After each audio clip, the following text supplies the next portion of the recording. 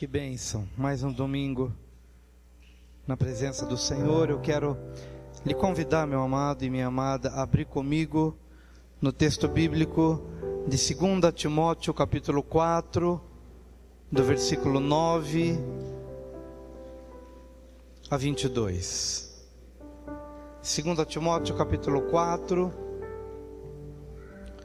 do versículo 9 ao 22. O texto bíblico pode ser lido aqui comigo no telão. Vamos juntos? Procura vir ter comigo depressa, porque Demas, tendo amado o presente século, me abandonou e se foi para Tessalônica. Crescente foi para a Galácia, Tito para a Dalmácia. Somente Lucas está comigo. Toma contigo Marcos e traze-o, pois me é útil para o ministério. Quanto a Tíquico, mandei-o até Éfeso. Quando vieres, traze a capa que deixei em Troade, em casa de Carpo, bem como os livros, especialmente os pergaminhos. Alexandre, o latoeiro, causou-me muitos males. O Senhor lhe dará a paga segundo as suas obras. Tu, guarda-te também dele, porque resistiu fortemente às nossas palavras. Na minha primeira defesa, ninguém foi a meu favor, antes todos me abandonaram. Que isto não lhe seja posto em conta. Mas o Senhor me assistiu e me revestiu de forças, para que por meu intermédio a pregação fosse plenamente cumprida e todos os gentios a ouvissem, e fui libertado da boca do leão. O Senhor me livrará também de toda obra maligna e me levará salvo para o seu reino celestial. A ele glória pelos séculos dos séculos. Amém. Saúda Prisca e Áquila e a casa de Onesíforo. Erasto ficou em Corinto. Quanto a Trófimo, deixei-o doente em Mileto.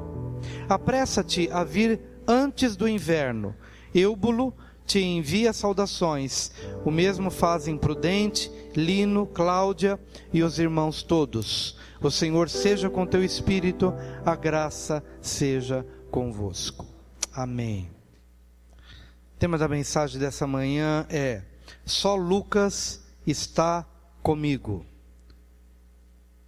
Um pouquinho antes do texto que nós lemos, nos versículos anteriores, versículos 6, 7, 8, o texto diz assim: quanto a mim, já estou sendo derramado como libação, e o tempo da minha partida está próximo. Combati o bom combate, acabei a carreira, guardei a fé. Desde agora, a coroa da justiça me está guardada, a qual o Senhor, justo juiz, me dará naquele dia. E não somente a mim, mas também a todos os que amarem a sua vinda. Amém. Que texto lindo esse texto. Quase que uma despedida do apóstolo Paulo, depois de tantos anos servindo ao Senhor. Estive comparando um pouquinho a forma como ele saudava os irmãos nos finais das cartas, e percebi uma enorme diferença entre essa saudação final da segunda carta de Timóteo para a saudação lá de Romanos, quando ele termina Romanos, totalmente diferente. Lá em Romanos tudo dava certo, né? Saúde os irmãos que estão crescendo na graça, saúde os irmãos que estão fluindo na presença de Deus e tal, só alegria, só graça, só favor, só crescimento. Mas aqui nessa despedida a Timóteo, um dos seus discípulos mais importantes, você vê um tom meio nublado, uma chuva, um negócio meio complicado, porque ele vai chegando no final do seu ministério e o coração dele está pesado, a alma dele está angustiada, porque algumas pessoas haviam tomado alguns rumos diferentes e ele se angustiava por isso. E nesse momento de prisão, ele se via realmente sozinho. Só Lucas está comigo. E foi relacionando. Um apostatou da fé, o outro está em outro lugar. Eu não sei se está fraco espiritualmente ou se foi lá por uma missão, mas o que eu sei é que só Lucas está comigo. De tal maneira, queridos, que ele termina essa carta já dizendo que o dia dele também se aproxima, que ele estava prestes a morrer, debaixo de uma perseguição do imperador Nero, que estava culpando os cristãos pelo incêndio de Roma, e Paulo, provavelmente uma vítima disso, um pouco mais à frente, sendo decapitado, já sentia que seus dias estavam contados e seus dias estavam se aproximando. Mas há uma coisa que me chama a atenção no versículo 7. Combati o bom combate, acabei a carreira e guardei a fé. Combati o bom combate, acabei a carreira e guardei a fé. A gente entende que parte dos motivos que levam o apóstolo Paulo a sentir este desconforto nessa fase final da sua vida tem a ver com alguns elementos que fazem parte do combate da fé. Alguns elementos que fazem parte da nossa luta espiritual para a gente se manter firme até o final, o que não é fácil. E algumas das coisas que ele menciona e que fazia parte desse ringue de luta, dessa grande batalha que é a vida cristã, que é a vida espiritual, alguns desses elementos são compartilhados aqui do versículo 9 em diante. E o primeiro é o sentimento de abandono. Procura vir ter comigo breve, pois Demas me abandonou. Vamos repetir essas duas frases. Procura vir ter comigo breve, pois Demas me abandonou. Amém? Parece uma frase muito rápida, muito sucinta e muito simples, mas que tinha um enorme peso emocional na vida daquele que está procurando servir a Jesus. O sentimento de abandono por uma pessoa importante. Quantas pessoas que não conseguem se levantar depois de terem sido abandonadas por alguém importante? Foram abandonados pelo marido, foram abandonados pela esposa, foram abandonados por um amigo, foram abandonados no meio da caminhada, sonhos, projetos que foram traçados a dois ou em equipe, e num determinado momento, se os caminhos se dividem e um vai para um lado, o outro vai para o outro lado, e a gente pensa que Paulo aqui é um gigante da fé, mas esse gigante da fé tem emoções, esse gigante da fé tem muitas lágrimas a verter, tem muitos sentimentos, tem um coração que se apega às pessoas, que confia nas pessoas, que sonha junto com as pessoas.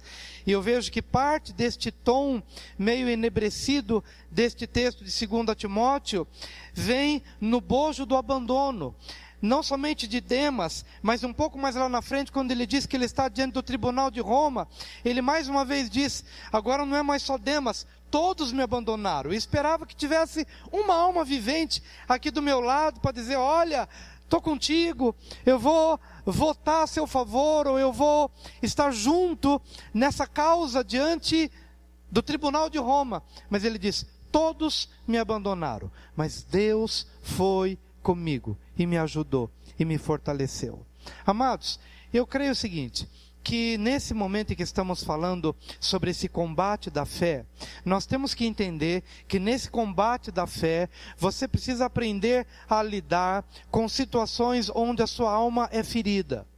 Você precisa aprender a lidar com situações onde as expectativas são frustradas em relação às pessoas, em relação a projetos, em relação a sonhos, em relação a coisas que você anota, registra, vislumbra, e num determinado momento que você talvez esteja para adentrar no momento mais importante, você pode não contar com uma perna, não contar com um braço, não contar com uma mente, não contar com um coração, e aquilo tem que ser de tal maneira assimilado no teu coração, para que você não abra mão da sua fé, não abra mão dos seus sonhos, por conta de uma alma ferida. Seja qual for a situação, que você saiba se reprogramar depois de uma grande decepção, que você saiba se reprogramar depois de situações de abandono, e que você possa seguir adiante, porque tem uma cruz que você ainda precisa enfrentar, tem um caminho que você precisa ainda trilhar. Eu lembro que quando estava no começo do nosso ministério, Eu tinha um amigo, e é amigo meu hoje, do mesmo jeito, na mesma intensidade. Mas era um amigo muito chegado, muito próximo. Começamos o ministério juntos, sonhávamos juntos, todo final de culto praticamente, ou estávamos na casa dele, ou ele na nossa casa, comendo junto, caminhando junto, escrevendo junto, sonhando juntos. E num determinado tempo comecei a perceber que ele estava triste. Ele não estava mais feliz com a gente na igreja. Era uma igreja pequena. E eu ficava com medo no meu coração, acho que ele está querendo ir embora. E aquilo doía, até que um dia ele falou: pastor, eu preciso conversar com você. E então chegou aquele final de culto, meu coração já ficou apertado, você sabe como que é. Todo mundo foi embora e ficamos nós dois ali, naquele cantinho da parte da frente. E ele abriu o coração e disse: pastor, eu não estou mais feliz, eu tenho uma outra direção para a minha vida e tal. E eu ouvindo, e aquela espada entrando na alma profundamente, porque era um amigo, era mais do que relação pastor e ovelha, eram dois casais, eu, Noemi e esse casal. E quando terminou aquela conversa, eu fiquei pensando, ele saiu, fechou a porta da igreja, que ele me ajudou a fechar, era um templo pequeno, e eu fiquei ali alguns minutos sentado pensando, como é que vai ser domingo que vem? Porque tudo o que a gente programou junto. Então eu entendi o seguinte: nada fazia sentido sem ele ou sem ela. Eu não estava preparado a pensar assim: bom, domingo que vem a gente vai chegar aqui, nesse mesmo lugar, a gente vai subir ao mesmo púlpito, a gente vai pregar, a gente vai lidar com todas as pessoas, mas ele não vai estar aqui. Então eu fiquei alguns minutos ali pensando, e só vendo ele saindo, e fechando as portas, e quero dizer que acho que foi a pior semana da minha vida. Claro que o motivo era outro, não abandonou como Demas abandonou. E não abandonou, na verdade, ele teve uma direção de Deus, a qual a gente respeita e entende que sair da igreja não é infidelidade, nem abandono necessariamente. Ele tinha uma direção de Deus. Eu não estou destacando isso, estou destacando o sentimento, que se você não se reprograma, você pensa assim: eu não conseguirei fazer a mesma coisa de novo sem essa pessoa. Mas eu quero dizer que Deus é fiel, e Ele preenche todas as lacunas na sua vida. Eu vou parar por aqui, senão eu choro. Então eu vou mudar de ponto, eu vou mudar de tópico, mas eu queria que você dissesse para o seu vizinho assim: Deus reprograma a sua vida, Deus preenche os espaços vazios da sua vida.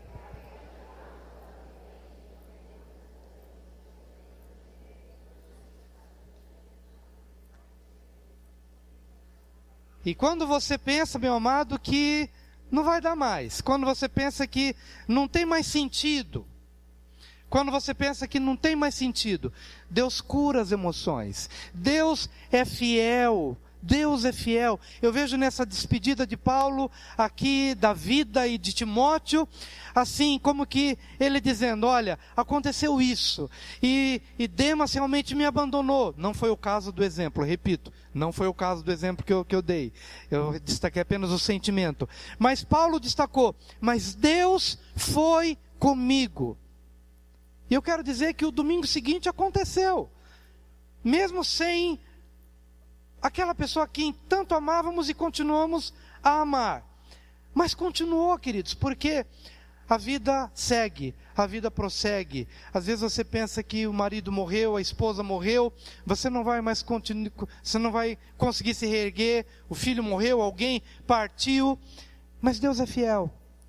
Ele preenche os espaços vazios da nossa vida, Ele nos ajuda a reconstruir. A gente vai patinar um pouquinho por um tempo, vai ter que fazer outros planos, vai ter que rascunhar de novo, mas se você está vivo, você tem que continuar. Você tem que continuar, porque talvez Demas não tenha estado mais, mas Lucas está com você. É importante você perceber que apesar de algumas coisas acontecerem, mas sempre Deus vai conservar um Lucas na sua vida. Sempre vai conservar um Lucas na sua vida. Amém? A segunda causa de grande luta para o apóstolo Paulo é o motivo do apartamento ou do afastamento de Demas. Que, repito, não é o caso do que foi mencionado. Mas o motivo de Demas era porque ele amou o presente século. Por que Demas abandonou o apóstolo Paulo? Porque todos aqueles que estão nessa caminhada nossa cristã, e que a gente procura viver uma vida genuinamente cristã, sem negociar aqui ou sem negociar ali, pelo menos é isso, esse é o objetivo da vida, é isso que a gente estimula as pessoas a viverem, é isso que a gente procura também, esmurrar o nosso próprio corpo, para a gente não se desviar nem para a direita, nem para a esquerda. Por quê? Porque aquilo que seduziu a Demas, é aquilo que bate à nossa porta todos os dias, o amor ao presente século. Porque Demas me abandonou, porque ele não aguentou a pressão da carreira cristã, e tendo em vista uma pressão que se avolumou nos últimos anos, o Império Romano que manda prender os cristãos, que crucifica aquele que professa fé no Senhor Jesus, que queima as pessoas, crianças, homens e mulheres, quando estas professam a fé cristã. Muito provavelmente Demas pensou, olha, isso não é para mim, pode ser para Paulo, até porque Paulo estava acorrentado, aprisionado, e Demas tenha pensado assim, gente, eu sou tão novo, eu tenho tanta vida ainda para viver, eu tenho tantas coisas ainda a experimentar, eu tenho que aproveitar a vida. A isso a Bíblia chama de, no grego, aion. Aion significa mundo, ou seja, um lugar onde as leis de Deus não importam. Aion significa mundo, um lugar onde as regras de Deus não importam. E foi na verdade isso que seduziu Demas. Demas me abandonou. Porque o Aion, que inclusive ou é um jogo de videogame hoje, ou é um personagem de videogame hoje, porque acessando essa palavra, pesquisando lá em imagens, Aion, A-I-O-N, que é uma palavrinha grega, você vai ver lá, está um guerreiro com asas, bonito, grande, de espada, desembainhada, parece um anjo, parece um guerreiro, e embaixo está escrito Aion. Eu não sei se é um jogo de videogame, eu não sei se é um personagem, eu não sei o que é, mas eu quero dizer apenas o seguinte, que esse guerreiro de asas pode ser tudo, menos anjo, menos nada de Deus, porque Aion significa mundo, e significa um lugar onde as regras de Deus não importam. Por mais bonito e prazeroso que possa parecer, por mais atraente que possa parecer, por mais satisfatório e rentável e lucrativo que possa parecer, mas é Aion, é mundo, é um lugar onde as regras de Deus não importam.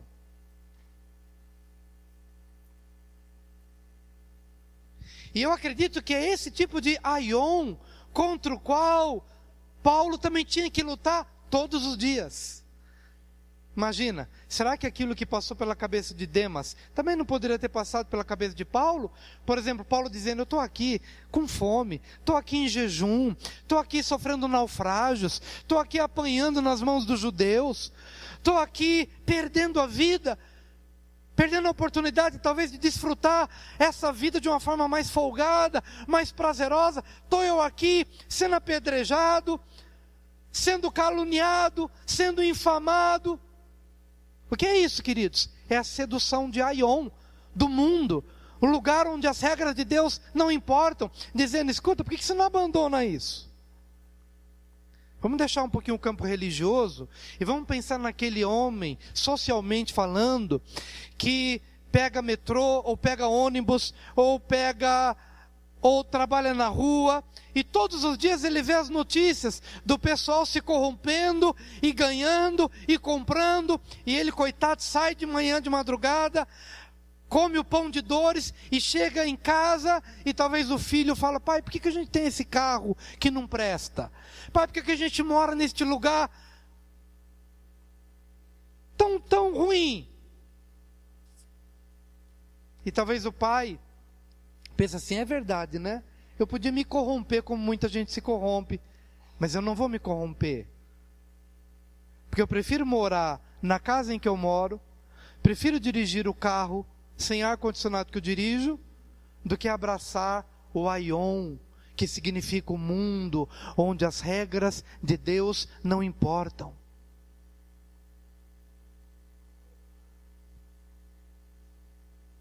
E não somente o pobre não, o rico também tem tentações, porque tem muito rico honesto, que não abre mão dos valores e dos princípios, e é rico porque trabalhou honestamente, conquistou aquilo que ele deveria conquistar, seja rico ou seja pobre, como tem rico corrupto, tem rico honesto, como tem pobre honesto, tem pobre corrupto, porque a questão não está na classe social, mas nos valores que se vive. Mas de uma forma ou de outra, independentemente da condição social, o aion que nos cerca, o presente século, a presente vida, rouba a visão da eternidade. Por que Paulo não abria mão daquilo que ele cria? Porque a visão dele era projetada para a eternidade. Por que Demas abriu mão daquele caminho? Porque Demas amou o presente século, a presente vida, o presente sistema. Ele pensou apenas nos 80 anos que ele podia viver, ou 90, ou 100 anos. Ele não pensou para além disso. Então eu quero dizer, queridos, que quase 2000 anos se passaram da experiência de Paulo, e eu lhes garanto que Paulo hoje está muito bem. Quanto a Demas, não posso dizer o mesmo. Porque se Demas se deu bem na vida, foi pelo tempo que ele viveu.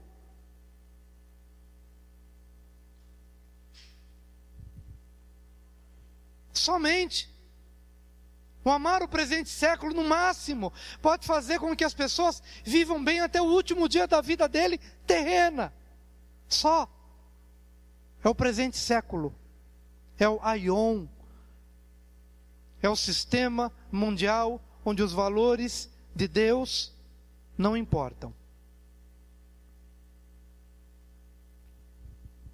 Então, contra isso, Paulo também tinha que lutar. Combati o bom combate. Combati o combate das emoções feridas, de pessoas que abandonaram. Mas também combati o bom combate desse sistema que todos os dias bate na nossa cabeça dizendo: por que você não abre mão da sua pureza? Por que você não abre mão da sua honestidade? Por que você não abre mão do seu evangelho? E vai curtir a vida. E vai viver a vida que esse mundo oferece. Mas combati o bom combate. Acabei a carreira e guardei a fé. Mas a última experiência de Paulo, no quesito do combate para se preservar a fé, está no versículo 14. Alexandre, o latoeiro, me fez muito mal. O Senhor lhe retribuirá segundo as suas obras. Tu também guarda-te dele, porque resistiu muito às nossas palavras. Todo mundo aqui tem um Alexandre latoeiro. Todo mundo aqui talvez tenha bons amigos Alexandres. O problema não é contra os Alexandres, viu? Temos Alexandres abençoadíssimos, amigos de verdade. Mas eu estou falando da natureza do Alexandre, o latoeiro. Alexandre, o latoeiro, me fez muitos males. E Paulo está dizendo assim: olha, Deus cuidará dele. E eu acho que é isso que a gente tem que fazer. Meu amado, o Alexandre latoeiro pode estar ao seu lado na empresa, pode estar ao seu lado no ministério da própria igreja, até porque provavelmente esse Alexandre tenha sido uma pessoa que lá no começo tenha recebido a palavra, mas depois virou a casaca e provavelmente depois contra o próprio apóstolo Paulo diante dos tribunais. Alexandre, o latoeiro, me fez muito mal. Qual que é o ensino acerca do Alexandre? Acho que o maior ensino que eu devo ter na pessoa de Alexandre é que eu só sou vítima do Alexandre Latoeiro, se eu quiser. Eu só serei um refém, um prisioneiro desse que me fez mal, se o meu coração mergulhar na amargura que o diabo queria que eu mergulhasse ao se utilizar de Alexandre o Latoeiro.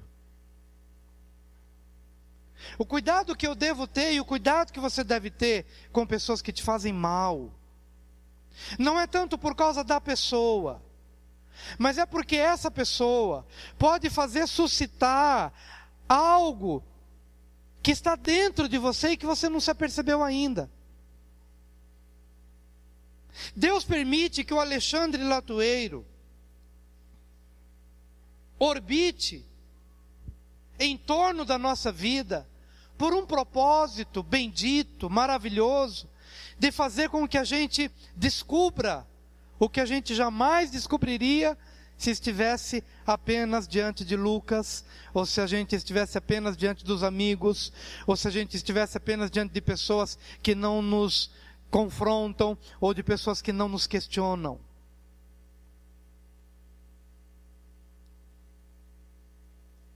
Quando Paulo diz, olha, vigia, cuidado, porque você, Timóteo, como um pastor mais novo, você pode cair nas garras da amargura que as palavras de Alexandre querem provocar na sua vida. Como pastor mais experiente que sou, parafraseando Paulo, eu consegui escapar. Eu consegui escapar da amargura através do perdão. Eu consegui escapar da amargura através de uma postura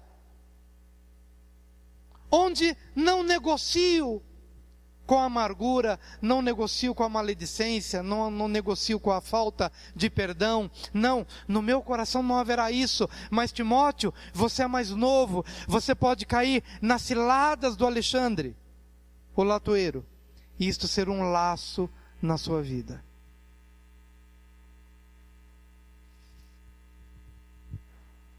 Será que muitos casamentos aqui não estão amargos? Será que muitos relacionamentos aqui não estão precisando mesmo de uma liberação da graça de Deus de uma forma sobrenatural, da parte desse Deus que livrou o apóstolo Paulo da boca do leão? Ele está dizendo, estive diante do tribunal, e muito provavelmente Alexandre estava lá, não a favor dele, mas contra ele, como que um leão com a boca aberta, rugindo para devorá-lo. Mas Paulo diz, mas Deus foi comigo e me livrou da boca do leão. Glória a Deus. Como é que se livra da boca do leão? Sendo verdadeiro, não concebendo amargura no seu coração, sabendo perdoar aqueles que te ofenderam, como Cristo na cruz pôde perdoar, dizendo, eles não sabem o que fazem. E então Deus vai na sua misericórdia e nos livra da boca do leão. Eu não sei se você tem um Alexandre Latoeiro na sua vida. Não sei. Mas eu tenho plena convicção de que são essas coisas e outras tantas descritas em outras passagens bíblicas que revelam que nós estamos num embate cruel. Às vezes parece até que é desigual. E se a gente não tomar cuidado, a gente cai em alguma dessas armadilhas. Mas, amados, se por um lado há uma experiência de abandono, se por outro lado há um aion, um mundo que nos cerca, contra o qual devemos combater, e se por outro lado nós temos aqui um Alexandre Latoeiro, que procura suscitar amargura no nosso coração, e a gente pode cair nessa cilada. Por outro lado, há algumas outras coisas muito simples, que podem servir de alento para a nossa vida. Nessa própria passagem, o texto diz, do Paulo, falando a Timóteo, procura vir ter comigo depressa. E quando você vier, traga a capa que eu deixei em Troade. E procura vir antes do inverno. Ô, capa abençoada, né? Talvez pudesse ser a única capa que ele tinha para aquecê-lo. Mas traz a capa. Eu estou aqui numa prisão terrível. E daqui talvez eu não tenha muitos dias, ou meses, ou anos, eu não sei. Já estou quase para partir para a glória. Mas nesse restinho de vida que eu tenho, eu quero me cuidar. Eu queria que você compreendesse o seguinte, que no meio desse embate todo, procura a capa, que representa o cuidado com a tua saúde. Não deixa, querido, que a sua vida se torne tão triste, tão nebulosa, a ponto de você abrir mão da sua saúde, do seu estômago, da sua intolerância à lactose.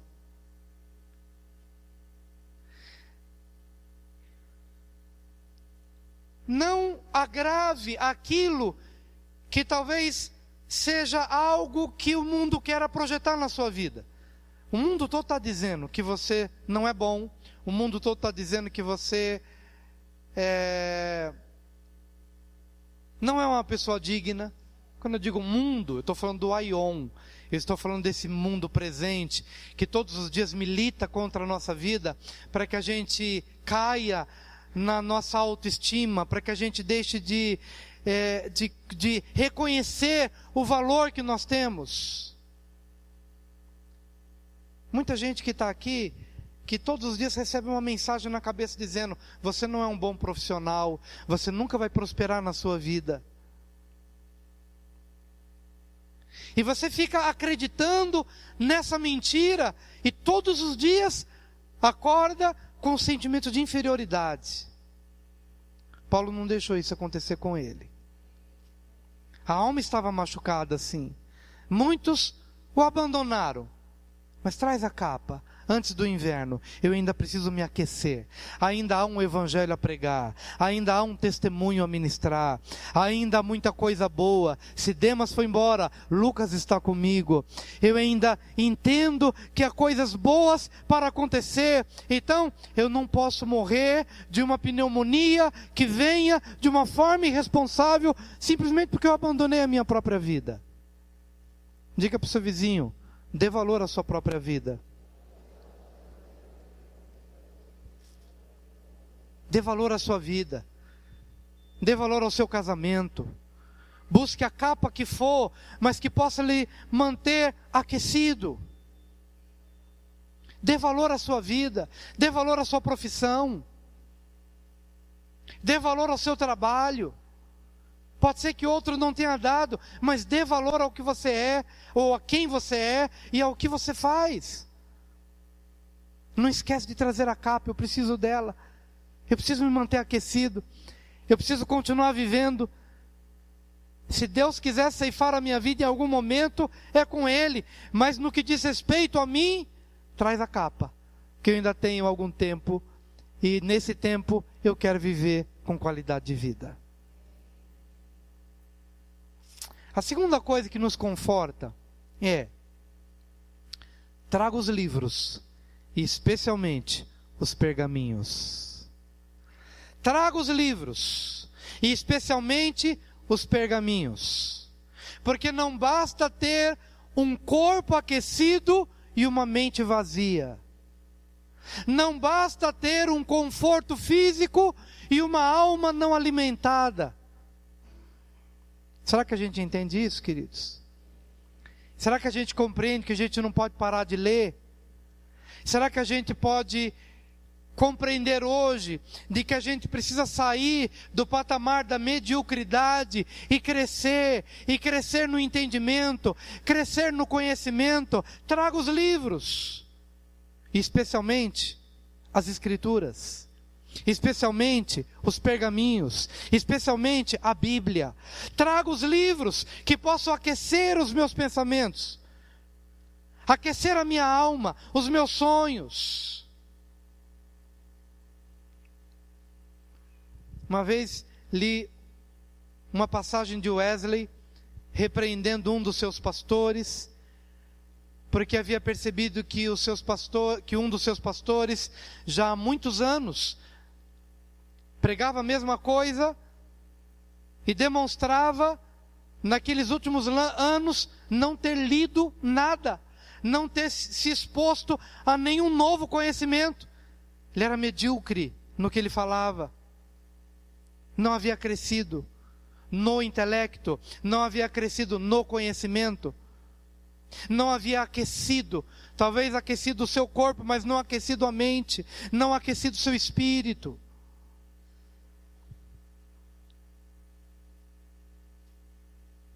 Eu quero dizer, queridos, que no meio daquele calabouço frio,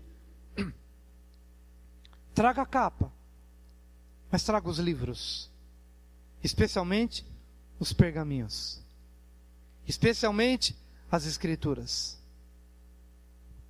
Queria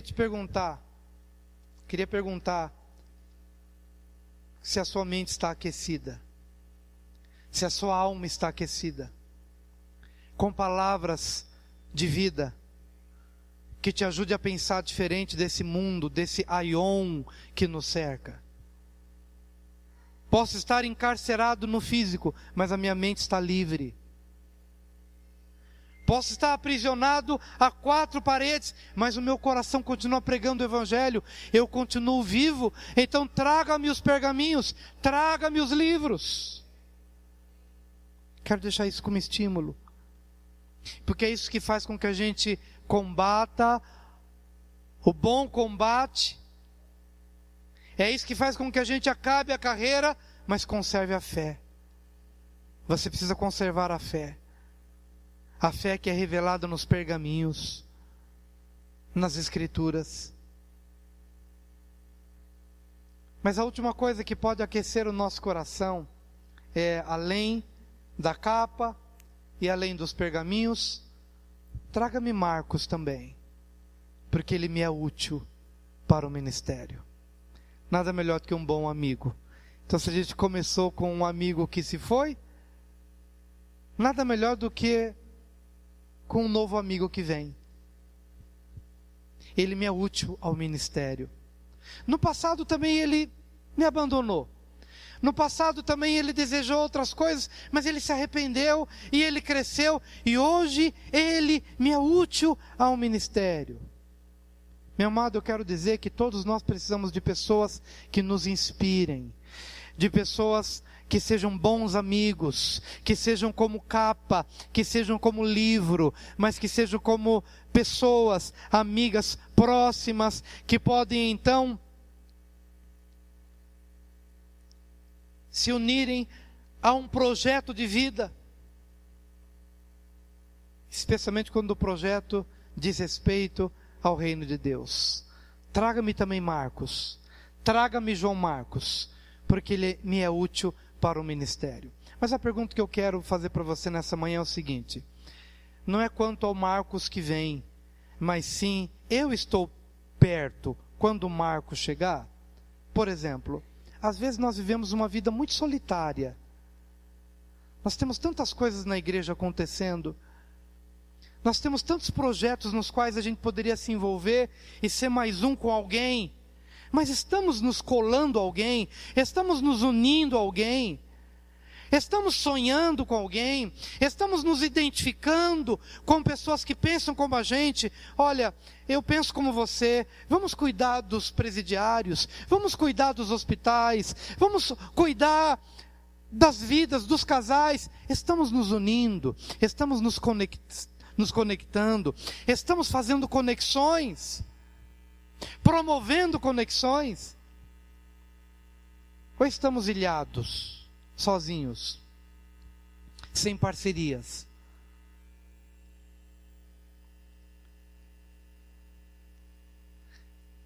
Entenda, meu amado, que são essas conexões que nos ajudam a chegar a um determinado momento e dizer: olha, eu combati o bom combate, eu acabei a carreira, mas eu guardei a fé, porque entendo que a fé que eu consegui guardar A irmã Cleusa me ajudou a guardar.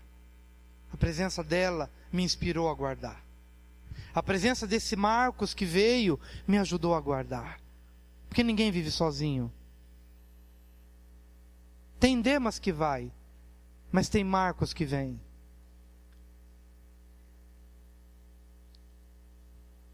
Por isso, meu querido, para você guardar a sua fé, é importante que você tenha um Marcos também do seu lado.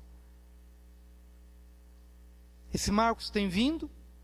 Ou você tem ido a ele?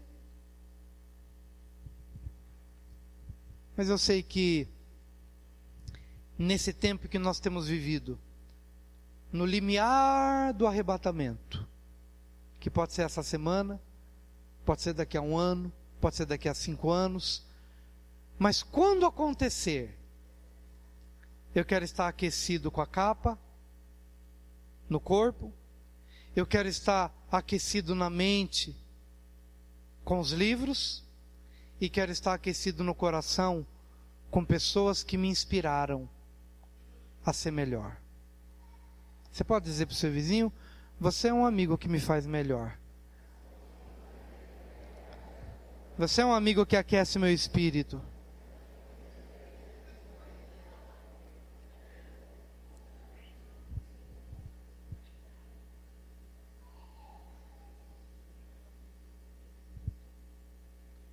Então vamos orar, queridos. Quem sentiu que Deus falou ao seu coração de alguma forma, vem aqui à frente, vamos juntos orar e buscar a presença dEle. Amém. Oh, papai querido, queremos te agradecer por essa manhã tão abençoada, Senhor. Como aprendemos com a vida desse homem que viveu uma vida tão especial. Como aprendemos com a vida do apóstolo Paulo, e mesmo escrevendo uma carta que demonstra a sua alma, de certa forma sentindo a tristeza da solidão, do abandono, mas ao mesmo tempo revela uma graça maravilhosa de um Deus que não abandona, de um Deus que aquece, de um Deus que traz a capa para o corpo, de um Deus que traz o livro para a mente, e de um Deus que traz um amigo para o coração. Senhor amado, Tu és fiel, porque na Tua fidelidade o Senhor provê aquilo que realmente é o mais importante. Aquilo que é o mais importante. Então que nessa manhã sejamos aquecidos, que nessa manhã sejamos inspirados mais uma vez, que nessa manhã possamos rever nossos valores, possamos ser curados na nossa alma, que nessa manhã, ó Deus, todas as coisas possam nos levar a uma dimensão de maior profundidade, de maior intimidade contigo, e também de maior profundidade, de intimidade com as pessoas a quem servimos. Em nome de Jesus.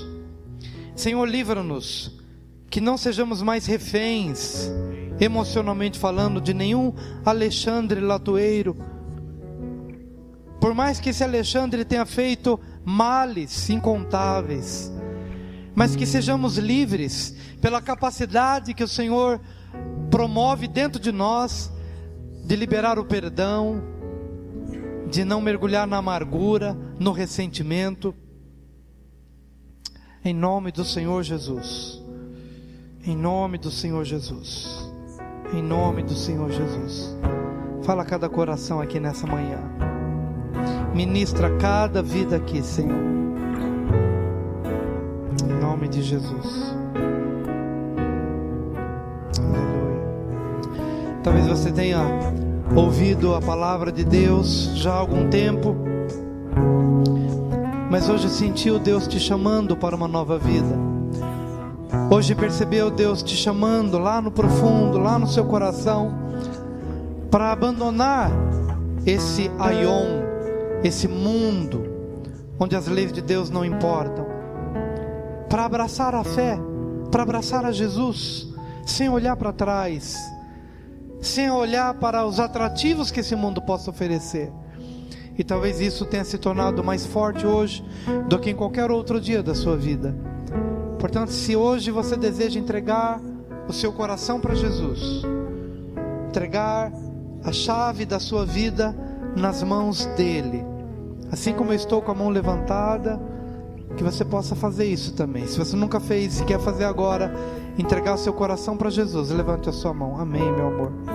Veja a sua mão levantada, veja a sua. Amém, amém. Aleluia, veja a sua mão. Veja a sua mão, querido, veja. Aleluia. Se você está levantando a sua mão pela primeira vez, eu queria te ajudar orando por você. Não tenha vergonha, saia do lugar onde você está, por favor, venha aqui à frente, eu quero orar em seu favor. Eu gostaria que depois alguém desse um abraço em você. Será o abraço do Senhor Jesus te abraçando mesmo para uma nova vida com o Senhor. Então, se você levantou a sua mão, por gentileza, venha aqui à frente. Que bênção, que bênção, que bênção, querido. Que bênção. Amém. Deus abençoe, querido. Deus abençoe, meu irmão. Deus abençoe, meu lindo. Deus abençoe, querido. Deus abençoe. Quantas vidas, né? Tão preciosas. Deus abençoe, Deus abençoe. Se hoje o Senhor está chamando, está convidando, amém. Que maravilha, que maravilha. Hoje é um novo dia, viu? Hoje é um novo dia para vocês. Hoje é um novo dia. Hoje é um novo dia. Nós vamos orar, a igreja vai ajudá-los nessa oração. Então, por gentileza, toda a igreja repetindo após mim essa oração. Pai Celestial, eu ouvi a Tua voz falando ao meu coração nesta manhã. Eu estou arrependido dos meus pecados e eu desejo confessar Jesus Cristo como meu único Senhor e Salvador pessoal. Eu me arrependo de estar no controle da minha vida e eu entrego o controle total nas mãos do Teu Filho Jesus. Confesso Jesus na minha vida, crendo que Jesus morreu, foi sepultado, mas ressuscitou para me trazer vida. E eu recebo esta vida nesta manhã, no nome de Jesus. Amém, amém, amém.